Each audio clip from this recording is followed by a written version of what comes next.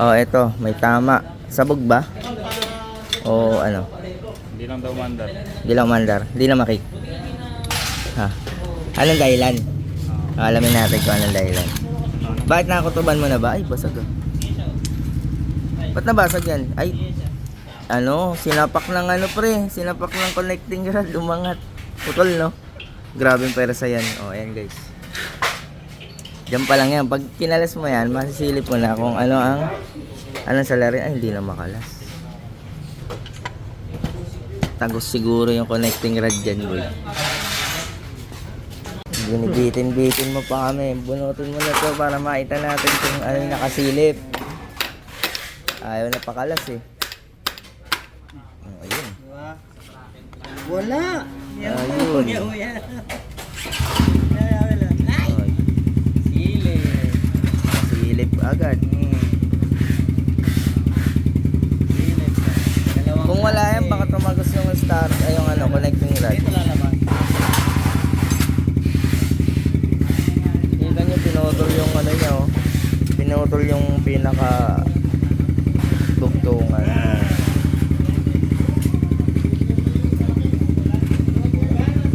Tingnan naman natin pag nabuksan na. Ayan. Medyo bago-bago pa eh. At iniisip namin kung ano yung dahilan ng pagkakasabog ng engine nito. Stock naman no. Saka bago-bago pa. Yan, iniisip namin kasi walang sinabi si customer ng history. Hindi namin alam. Kay boss kaya binanggit, hindi. Walang sinabi kung anong history. Pwedeng nabaha. Mas malakas yung charge. Wala naman ibang tayo. Wala may ibang dahilan kundi nabaha. No? Langis lang. Langis, okay naman eh. Mataas yung level. Ano pa? Balancer. Balancer, may pin. Oo nga. May tatlock. Ano? Hindi pa naman Flat side. Hindi ba nabubuksan? Malamang. Pwedeng nabaha talaga. Malaki chance. Open airbox eh. Open airbox po. Yan. Ito kaya. Wala. Survive. Good ang Oh, hit. tubig oh. Ay, oo. Tubig oh, manipul. So, nabaha nga.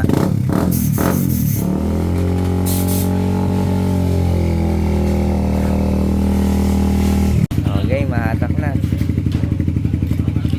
Kasama na. Oh. Barag. Barag-barag, boy. Putol. Oh. Yung kaputol niya, yung kaputol niya nandito. Yun yung pumalo rito. O yan. Kamusta kaya tong ano? Loob.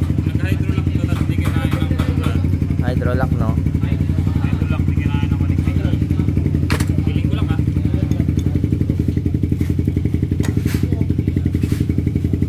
Ano, ayaw pa bukas? Sikip niyan. Siksikan sa loob eh. Nakalas din. Kaya lang, aray ko. Daming ano, granules. Dami. Negative tayo sa sigunyan, nasira yung lagayan ng konyo. Oo nga. Kahit sigunyan. Ito boy! Isang buo yan, boy. Kaganyan kasi minsan yung pinapalitan ng connecting rod. Kaso pag nag-lock to ulit. Kasi kung kasi ito natin Grabe yung puwersa, no? Sinira yung salpakan ng kanya.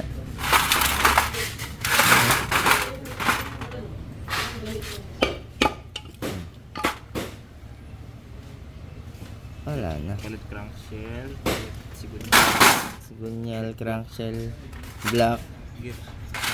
Balancer gear. gear, Gear driven, palit. transmission. Transmission yung isa lang. Ito lang na inaabot eh, tsaka yung selector.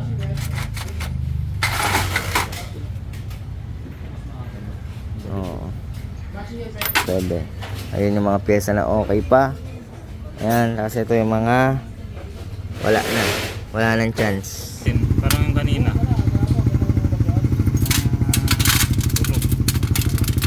Durog. Isa lang lang. Kaya nag-stack up, no? Ayun, oh. Baka sabihin niya, ito yung kanina. Ito yung isa. ganun din, parehas. Parehas sila. Parehas na nangyayari. Kaya ba yun? Namakat na nga yung mga ano. Ito yung kanya. Kanya.